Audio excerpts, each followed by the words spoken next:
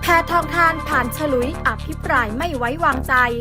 319เสียงต่อ162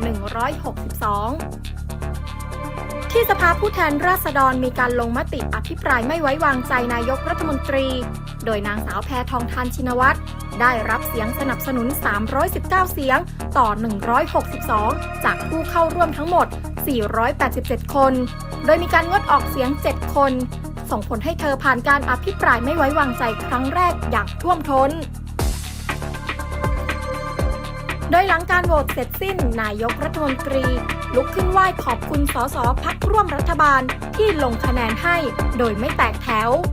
จากนั้นบรรดารัฐมนตรีเข้ามาแสดงความยินดีก่อนถ่ายภาพเซลฟี่ร่วมกันและแยกย้าย